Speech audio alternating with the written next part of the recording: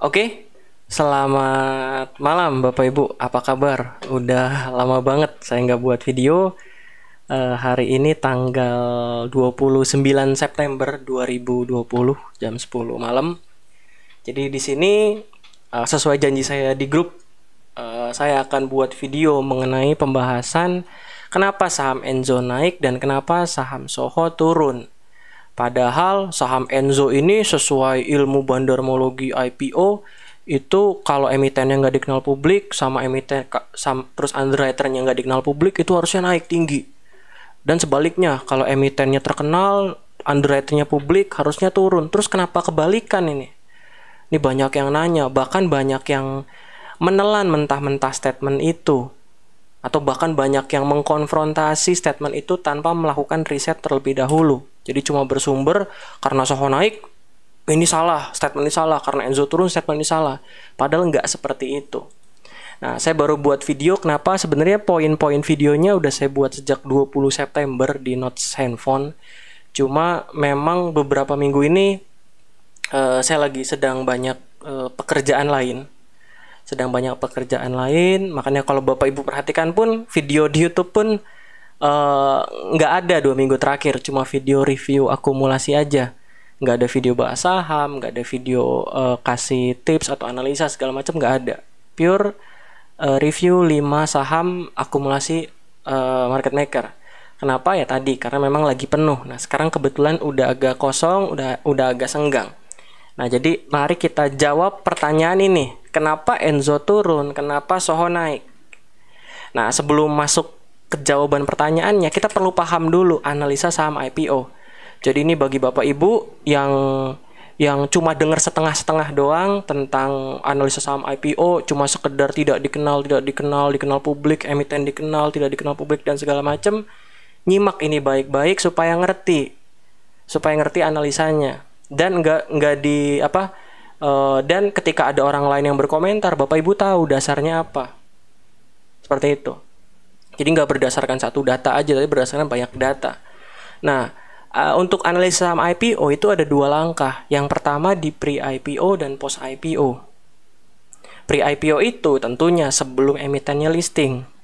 Apa yang dianalisa? Tentu saja prospektusnya. Lalu yang kedua, underwriter dan emitennya. Nah, disinilah yang dikenal dan tidak dikenal publik itu. Nanti dasarnya dari mana? Kita kasih tahu dasarnya. Selanjutnya apa? Selanjutnya analisa penjatahannya. Cuma ini agak susah memang. Nanti di belakang.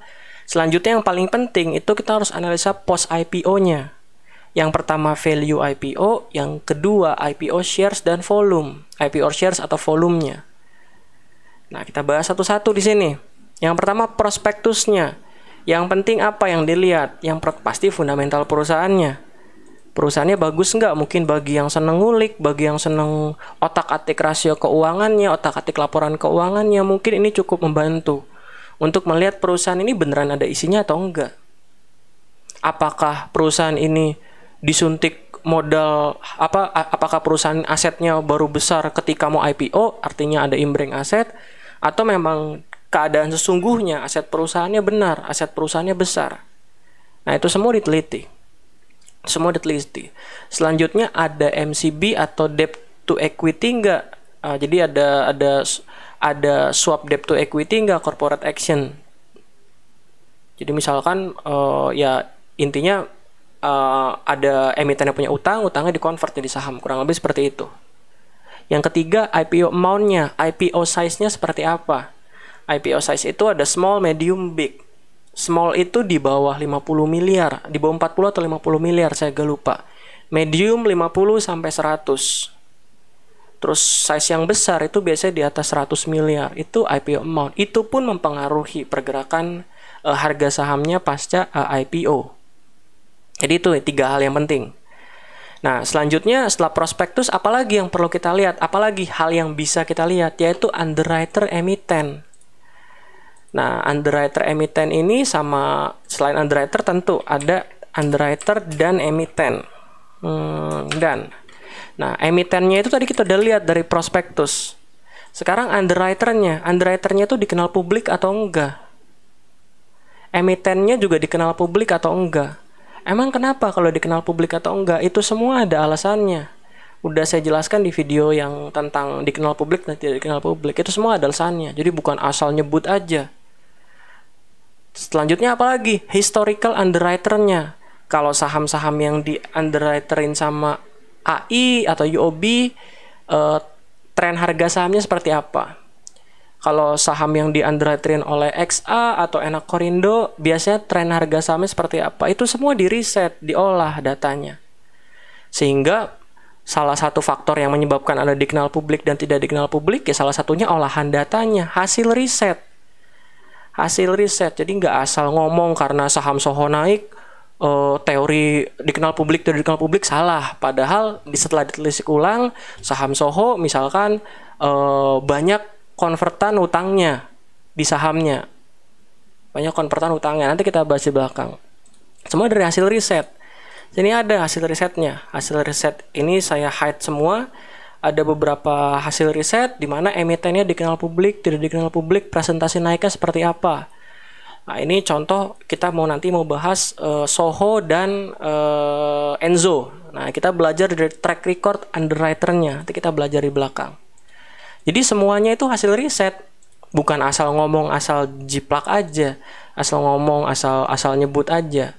Bukan karena satu saham naik langsung bilang, oh karena ini jadi teorinya seperti ini. Enggak. Karena banyak data yang diolah sehingga keluarlah hasil ini. Dikenal publik, tidak dikenal publik, dan seterusnya. Gitu. Jadi penting tuh untuk lihat underwriter dikenal publik atau tidak, emitennya dikenal publik atau tidak, dan historical underwriter-nya seperti apa. Oke? Nah, jadi jangan salah kaprah. Jangan lihat underwriter-nya XA nggak dikenal publik, terus emitennya Enzo nggak dikenal publik, langsung dihajar. Tanpa lihat historical underwriter-nya seperti apa. Nah, jadi ini tambahan dari saya. Nah, selanjutnya analisa penjatahannya, allotment-nya. Pesan berapa dapat berapa. Kalau pesan 100 dapat 100, bahaya. Kalau pesan 100 dapat cuma 1, ya biasanya naik hari keduanya. Pas hari IPO-nya. Atau contoh saham Soho. Saham Soho coba, di sini saya yakin yang denger video ini banyak yang nasabah Indo Primer Sekuritas. Pada pesan gak saham Soho? Kalau pada pesan dapat berapa? Kalau pesan 100 dapat cuma 1, yang gak heran saham Soho terbang. Tapi kalau pesan 100 dapat 100, itu mungkin patut dipertanyakan kenapa saham Soho terbang. Sebenarnya itu analisa paling akurat kalau mau saham IPO, analisa saham IPO. Cuma masalahnya analisa penjataan ini susah. Kenapa? Karena nggak ada data keterbukaan informasi yang pesan berapa dapat berapa. Nggak ada data itu.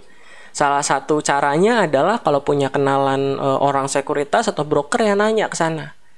Orang-orang lu yang pesan pada dapat berapa, tapi saya yakin itu nggak akan dibuka. Kurang lebih seperti itu. Nah, ini analisa pre-IPO-nya. Apakah bisa benar 100%? Tidak. Semua balik lagi ke marketnya.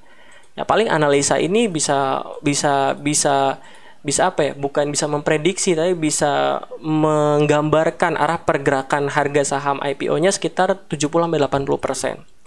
Sisanya apa lagi?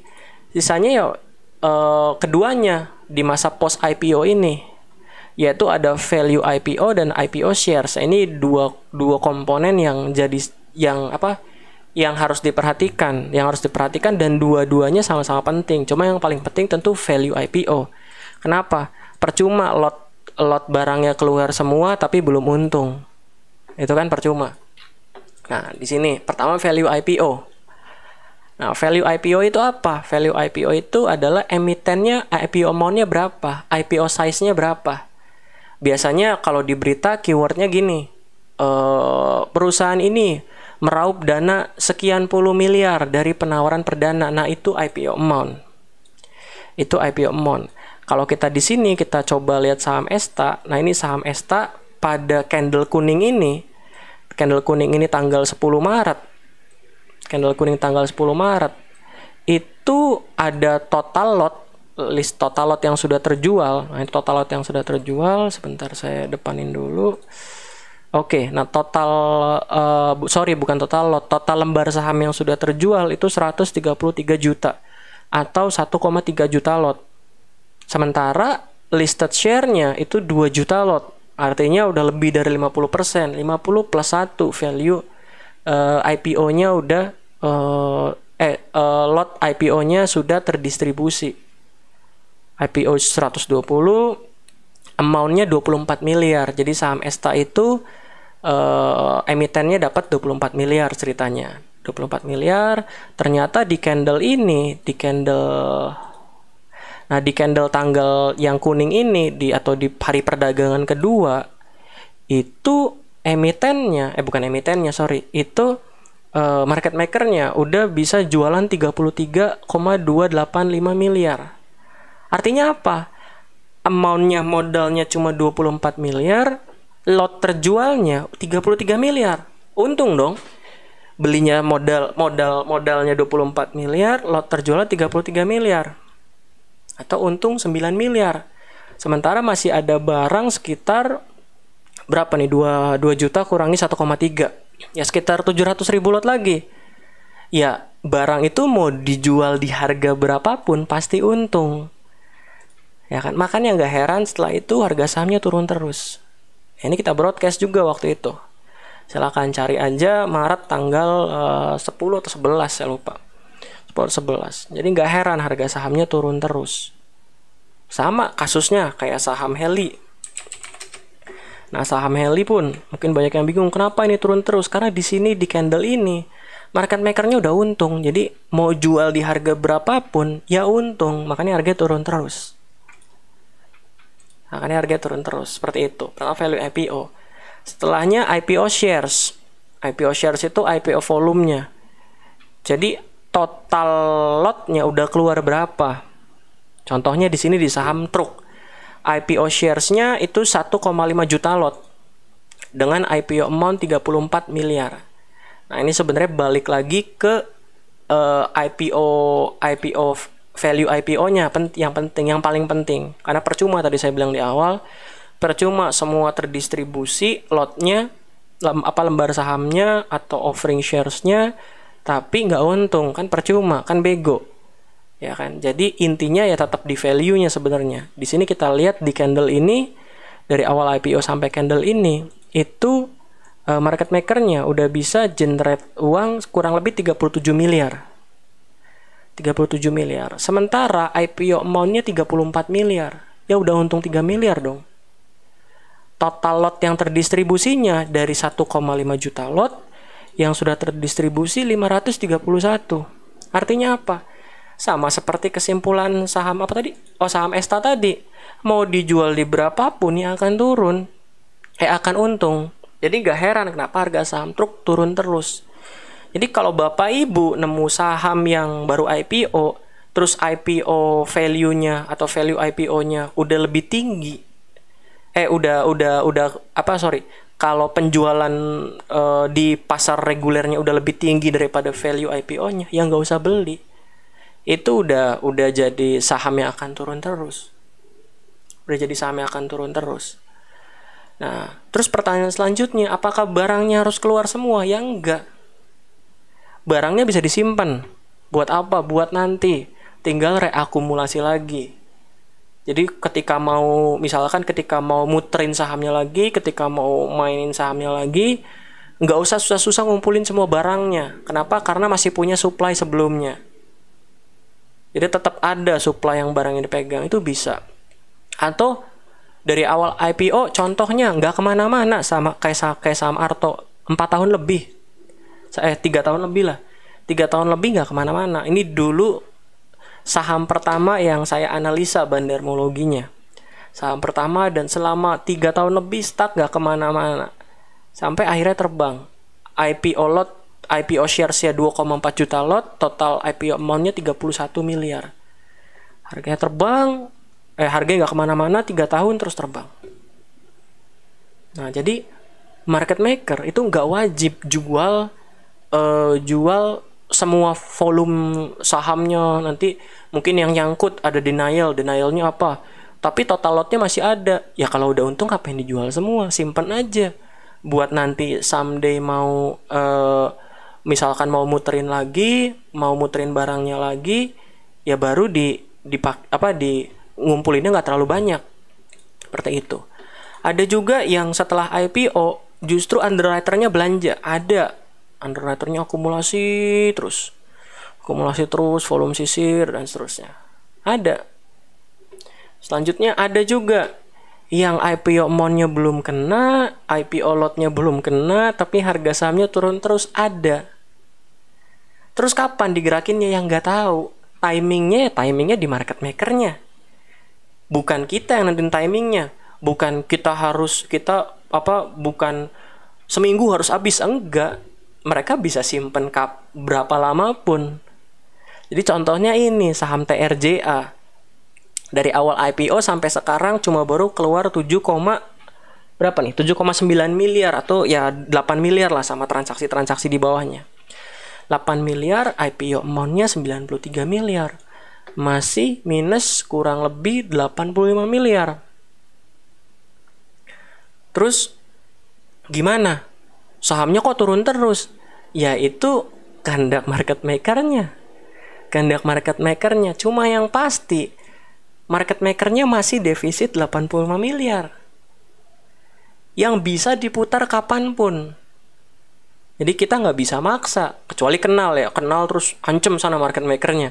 Cuma ya kita nggak bisa maksa. Itu sisa barangnya yang masih 3,5 juta lot senilai 88 miliar mungkin itu timingnya ya market maker yang ngatur, bukan kita. Timingnya market maker, bukan kita. Jadi walaupun Bapak Ibu udah belajar analisa value IPO, analisa IPO shares dan lain-lain, tetap harus perhatikan tadi historical underwriter ini perlu diperhatikan. Terus ya perlu paham juga bahwa kalau ada saham model TRJA gini yang mungkin market makernya belum untung, masih ada banyak barangnya, itu someday akan dikerek naik, tapi nggak tahu kapan. Itu poinnya. Tapi nggak tahu kapan, jadi ya silakan. Kalau mau beli kuat-kuatan sabar-sabaran aja. Kuat-kuatan sabar sama market makernya. Silakan kuat-kuatan sabar sama market makernya. Lebih seperti itu. Nah sekarang balik ke pertanyaan basic. Kenapa saham Enzo turun? Kenapa saham Soho naik? Nah kita bahas saham Soho dulu atau saham Enzo dulu deh. Nah ini saham Enzo. Nah ini adalah kalkulator sahamnya. Nanti saya kasih kalkulatornya. Linknya ada di deskripsi. Silakan aja di download kalkulatornya. Jadi yang perlu diisi itu cukup kolom kuning. Nah caranya gimana? Cara analisanya kita lihat. Sebelum masuk ke post IPO, kita masuk dulu ke sini. Ke historical underwriter-nya. Nah, ini yang historical underwriter yang cukup menarik. Nah, historical underwriter. Di sini saya udah sampling dari 2016 sampai 2018. Ini adalah saham-saham yang di IPO-kan oleh PD dan XA atau IPOT dan Enokorindo. Nah, di sini kita lihat IPO too high. Maksudnya apa? Maksudnya dari awal IPO itu sampai titik tertingginya itu berapa hari? Nah, kalau di sini 15 hari. Jadi kalau Soho IPO-nya tanggal berapa? Nah, kalau Soho IPO-nya di sini saya unhide dulu. Nah, Soho IPO-nya di 8 September 2020. Nah, high-nya ada di tanggal 23 atau selang 15 hari. Ya tentunya ada hari libur dan segala macam kehitung sama program Excel-nya. Itu high-nya 796%. Lalu ada power, ada MAPB, ada MAPA, ada good segala macam. Nah, ini salah satu alasan kenapa muncul ilmu dikenal dan tidak dikenal publik. Kita udah tahu yang ini emitennya dikenal publik kan. Emitennya siapa? PD dikenal publik, Indo Premier Sekuritas. Sekarang emitennya kita lihat. Kita lihat ada DMND. Apakah itu emiten yang dikenal publik? Yes, Susu Diamond. Gehon, apakah emiten yang dikenal publik? Saya sih jujur nggak tahu. Cuma mungkin Bapak Ibu tahu. Cuma fundamentalnya cukup oke saham Gehon itu. Jadi sebelum masuk sini, jadi setiap underwriter itu punya kategori. Contohnya Indoprimer, dia cuma mau IPO-in saham-saham yang fundamentalnya bagus. Contoh lain, Kresna. Kresna itu mau IPO-in saham-saham yang ada hubungannya sama teknologi. Jadi setiap underwriter itu ada karakteristiknya masing-masing. Gehon saya nggak tahu. Selanjutnya saham Good. Saham Good, Garuda Food. Garuda Food pasti semua tahu, nggak mungkin semua nggak tahu. Lalu ada MAPA. MAPA ini apa? MAPA ini mitra di apa ya? Intinya salah satu grupnya MAPI lah. Saya kurang hafal. MAPA, ya itulah MAPA. Ada MAPB. MAPB juga sama, salah satu grupnya MAPI. Terus ada Power. Power ini saya ingat banget dulu listing barengan sama saham SIP. Sama saham SIP. Orang-orang fokus sama Power, pembangkit listrik bagus segala macam. Tapi ternyata yang naik kencang malah SIP. Powernya naik sebentar doang.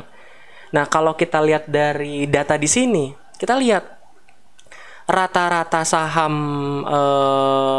apa ini namanya, saham yang dijamin Indoprimer mencapai titik tertingginya itu yang emitennya bagus-bagus ya, itu 1 hari. Artinya apa? Artinya saham Diamond cuma naik 1 hari. Terus ada saham Gehon yang cuma 3 hari 57%. 57% arah 2 kali selesai. Ada Good 56% cuma 2 hari, arah 2 hari selesai. Kita buka candlenya saham Good. Saham Good, wah volumenya mulai di maintenance. Nah ini saham Good. Nah ini arah 1 kali, 2 kali selesai. Lalu ada MAPA. MAPA ini memang nggak liquid, waktu naiknya juga saya ingat banget. MAPA. Nah MAPA,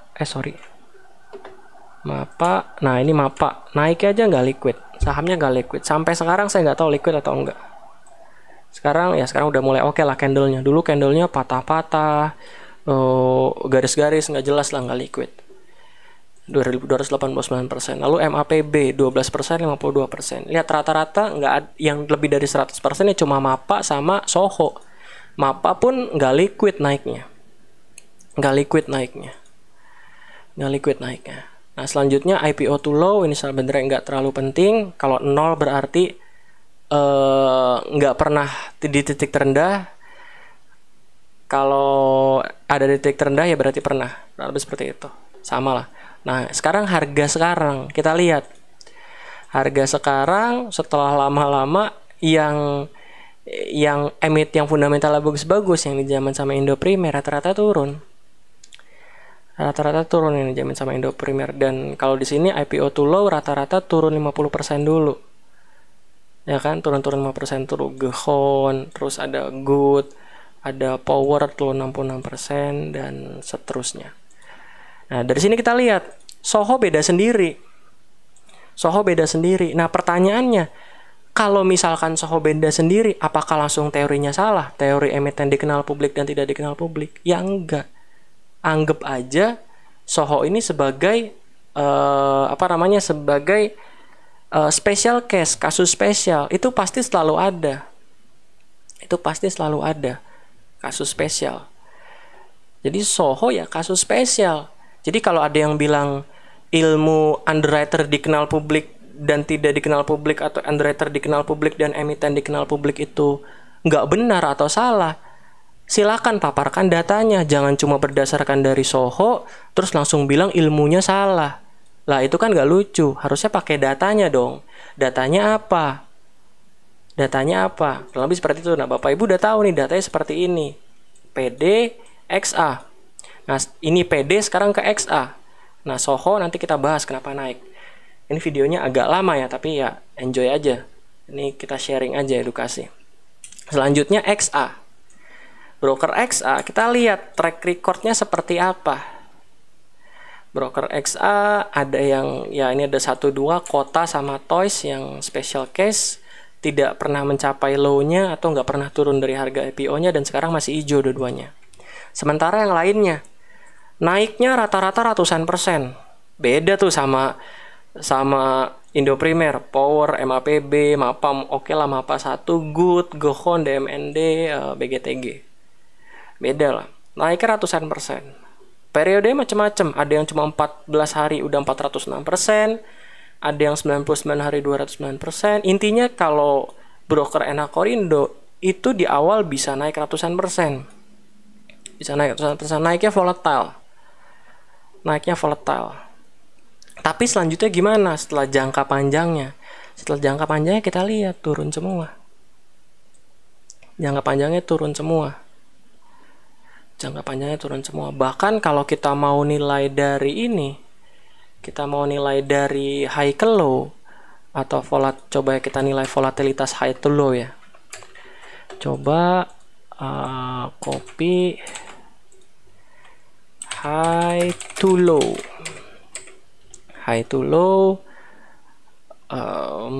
Ini kurang ini 15 hari. Jadi dari titik tertinggi ke titik terendahnya itu berapa lama periodenya?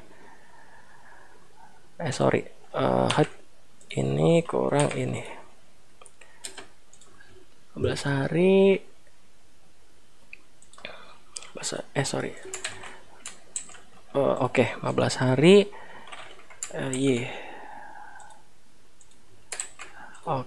hari, lalu change-nya berapa nih dari titik terendah ke titik tertinggi?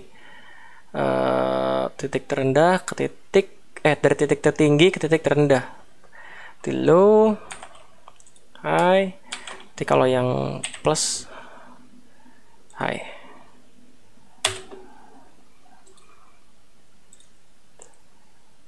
Ini sebentar, low high. Dari low startnya harusnya high. Start high kurang low.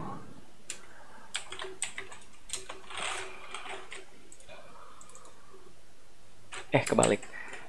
Sorry.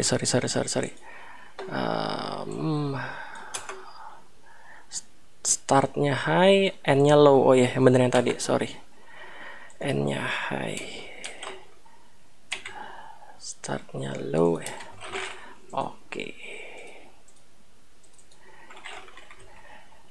Soho low-nya, dead low-nya kan 0. Kalau dead low-nya 0 diabaikan aja. Jadi yang dead low-nya 0 ini abaikan. Kenapa? Karena dia nggak pernah nyentuh low, nggak pernah punya low. Nah, ini coba kepake nggak datanya? Ya, datanya cukup kepake sih. Kalau kita lihat high-nya di sini. Contoh ini saham apa nih? Saham SWAT, high-nya di 665, low-nya 68, atau loss kurang lebih 90%, turunnya 90% lebih. Jadi saham-sahamnya yang di IPO-kan oleh Enakorindo itu rata-rata dari jarak high ke low-nya ya bisa 80%-an. Tapi ini kita harus olah lagi ya. Cuma ini kan sekilas aja 80%-an. Bahkan ada yang 17 hari, 13 hari, 630 hari, 117 hari, ada yang 9 hari, dan seterusnya. Kurang lebih seperti itu. Nah, jadi dari sini kita tahu historical underwriter XA itu historicalnya seperti apa. XA itu historicalnya ya tadi di awal volatile, tapi ujung-ujungnya kurang enak, kurang baik, kurang bagus. Nyatanya yang positif cuma 2 kok. Yang positif cuma Kota sama Toys. Yang lainnya ya Bapak Ibu bisa lihat sendiri. Sementara Indoprimer yang oke cuma Soho. Yang lainnya ya lihat kayak gini performanya. Orangnya lihat, dan rata-rata naiknya pun ke IPO tuh high-nya ya cuma ada BGTG sama Mapa doang yang bisa survive di atas 20 hari, 200 hari. Itu pun likuiditasnya nggak ada. Jadi itu alasan kenapa ya tadi ada istilah dikenal publik, tidak dikenal publik. Kurang lebih seperti itu. Sekarang kita balik ke Enzo. Kita udah tahu Enzo karakteristiknya seperti apa. Nah, sekarang kita analisa sahamnya. Enzo, nah, cara analisanya seperti ini. Misalnya kita lihat Enzo ada waran atau enggak. Pertama kita masukin dulu profil saham Enzo-nya. Profil saham Enzo-nya kita masukin. Kita buka menu iPod ini, terus kita ketik saham Enzo. Oke, saham Enzo. Oke, nah saham Enzo di sini IPO shares-nya 392 juta. 392 juta kita masukin. Udah 392 juta, IPO amount-nya IPO price-nya 105. IPO price 105, keluar hasil 41 miliar. Ada warrannya enggak? Kita lihat di prospektusnya. Di prospektusnya itu ada warrant sebanyak 196 juta lembar. 196 juta lembar. Nah, sekarang kita lihat di periode akhir yang mau kita analisa di N-nya. Kita lihat di N-nya saham Enzo. Nah, ini saham Enzo. Sorry, sebentar. Oke, nah saham Enzo kita tarik dari awal IPO sampai sekarang. Udah keluar berapa nih total lotnya, listed share-nya? Kita hitung ini 1,1 juta lot, 1,4, kurang lebih 1,5 lah. 1,5. Jadi di sini saya buletin aja 1,5. Bapak Ibu sebenarnya bisa convert ke Excel broker summary-nya. Tapi ya biar cepet gini aja, 1,5. Sisanya 242. Berarti masih ada 2,4 juta lot lagi. Kita lihat dari 150 atau 1,5 juta lot ini, market maker dapat berapa? Tambahin aja 16,6 tambah 2,8 berapa tuh? 19,4 tambah 1,9 ya, kurang lebih 21 lah ya. Kurang lebih 21. Masukin 21. Amountnya 21. Sorry, ini harusnya warna kuning juga. Masukin juga 21. Sekarang kita lihat ada warrant-nya. Nah, ada warrant-nya. Warrant-nya kita lihat udah keluar semua kayaknya. 1,9 juta. 1,9 juta. Ya anggaplah udah keluar semua. Dapatnya berapa? 5,2 miliar. Ya kurang lebih 5,2 miliar lah kalau dijumlahin semua. Dapatnya 5,2 miliar. Ya, kurang lebih 5,2 miliar.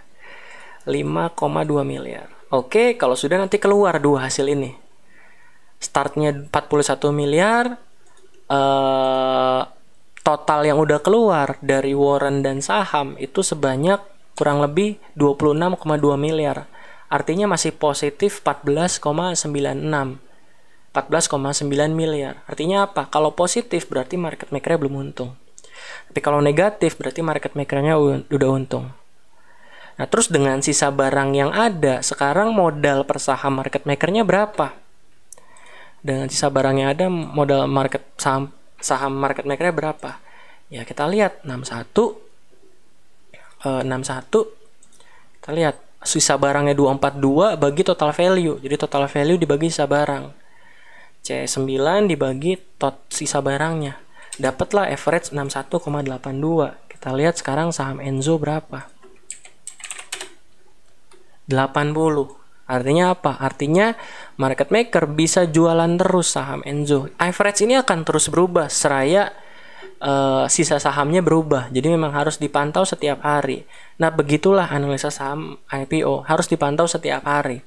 Ini sisa barang berapa, modal per sahamnya berapa, dan seterusnya. Gitu.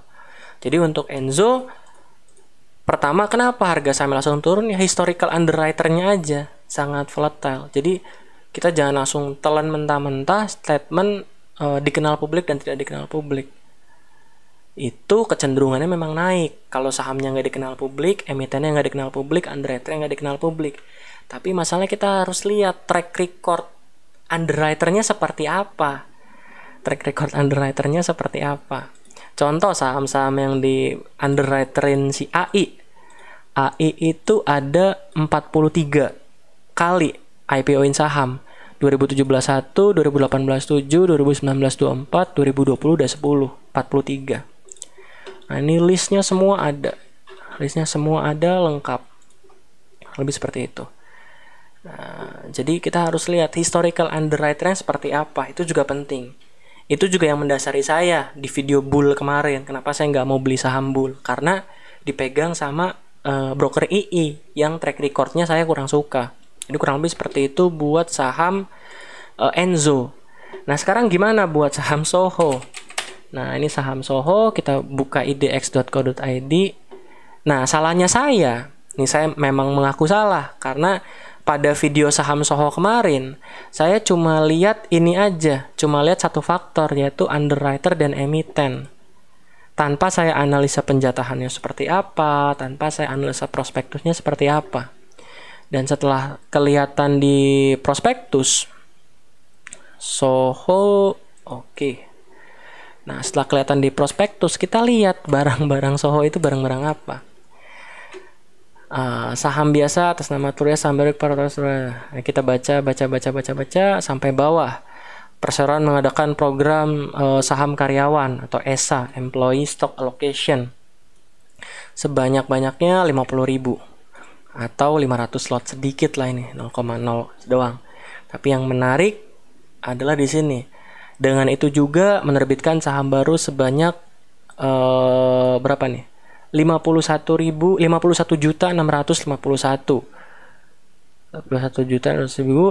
atas nama dalam rangka pelaksanaan program manajemen incentive plan atau MIP. Ini pun sama, manajemen incentive plan. Lalu yang kedua sebanyak 153 juta saham biasa dalam rangka pelaksanaan konversi waran kepada ini. Jadi ada konversi waran. Selanjutnya 233 juta saham biasa atas konversi convertible notes. Jadi ada convertible. Jadi mayoritas barangnya nanti ini harusnya di lock 8. Harusnya di lock sih. Harusnya belum bisa jual, harusnya di lock. Jadi mayoritas barangnya itu ya ada kepentingannya. Contohnya yang punya yang hasil dari konversi convertible note, apa mau ketika sudah dikonversi, tahu-taunya nilainya malah turun, malah minus 50%. Udah konversi, udah ngikut. Terus yang MIP, ESA segala macam. Jadi ada kepentingan yang mengakibatkan mungkin saham Soho itu naik terus. IPO amount-nya saya belum lihat berapa. Kita lihat aja broker summary sederhananya. Soho yang pasti Soho nih gede IPO amount-nya. Soho ya baru segini, masih kecil IPO amount yang keluarnya pun masih kecil. Cuma apakah menarik? Tidak, sama sekali tidak menarik. Kalau kita lihat yang jualan Beki, AO, LH, PC, SA, HD, LS dan seterusnya. Ini artinya apa? Ini artinya yang mayoritas dapat bukan Indoprimer. Yang mayoritas dapat barangnya ya ini, ada Beki, ada AO, ada segala macam. Ada PD juga nih. Makanya dia minus 72 kuantitinya. Seperti itu. Jadi emang ada kepentingan di saham Soho. Terus gimana Pak Frans buat saham Soho? Menurut saya saham Soho bukan umurnya tapi jejak langkah sahamnya mungkin akan mirip dengan saham ini. Saham Life. Ini stock split ya harusnya. Cuma saya belum benerin. Ini stock split harusnya. Saham Life ini ya ini saham buat mereka sendiri. Nanti ujung-ujungnya nggak liquid. Saham buat mereka sendiri biasanya mereka bisa jual ke investor lain atau mereka bisa jual ke pasar reguler nanti pada saatnya. Seperti itu. Yang pasti itu saham Soho. Itu skenario pertama buat saham Soho. Terus skenario keduanya ya mungkin akan turun terus. Cuma rasanya mau turun sampai berapa kali nih sampai balik ke harga IPO lagi. ARB cuma 7% kan, bukan 25%. Seperti itu ya. Kita lihat aja lah saham Soho. Cuma kalau ditanya apakah, kemarin ada yang nanya, Pak saham Soho boleh dibeli? Enggak, itu udah tinggi. Terus saya bilang ke Bapak itu, Pak apa yang Bapak expect dari saham IPO yang udah naik 400-500%? Jadi logikanya kemana? Masih mau beli saham IPO yang udah naik 400-500%? resikonya sangat besar. Lebih baik beli saham lain. Banyak kok, ada Java, ada CTRA, ada apa lagi, ada PTBA, ada S Hardware, ada Cepin yang masih oke. Ngapain ngejar-ngejar saham IPO yang udah naik tinggi, auto reject atas terus. Kurang lebih seperti itu. Apakah kalau Enzo gimana? Apakah masih menarik? Ya kalau yang suka trading silakan aja. Yang suka trading yang maintain. Apa yang di maintain? Nilai ininya nih. Nilai ininya yang harus kita maintain. Terutama nilai amount sama nilai listed share-nya harus kita maintain. Setiap hari kita liatin, setiap hari kita cek, gitu. Dan kalau udah ada di level misalkan udah tinggal 3 miliar lagi, MM-nya bakal untung, ya udah nggak usah ikutan. Itu biasanya cepet kok, 3 miliar buang barang di market tuh cepet. Kayak gitu. Jadi itu penjelasan saya mengenai IPO, mengenai saham IPO. Jadi dianalisa baik-baik saham IPO, jangan cuma telan satu teori langsung beli, langsung HK. Jadi pertama ada prospektus, lalu ada underwriter atau emiten, track recordnya seperti apa, underwriternya dikenal publik atau enggak, emitennya dikenal publik atau enggak. Terus ada analisa pencatahan, dan yang paling penting ya balik lagi ke analisa post IPO-nya, value pada saat IPO-nya seperti apa, IPO shares-nya seperti apa, perkembangan di marketnya. Jadi kurang lebih seperti itu.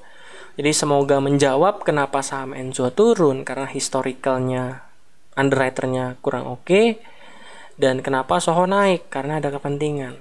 Dan Soho naik ya tadi, Soho naik pun ini bisa dibilang kalau dalam statistik namanya apa ya, saya nyebutnya lupa. Intinya nggak normal lah. So ini nggak anomali sendiri.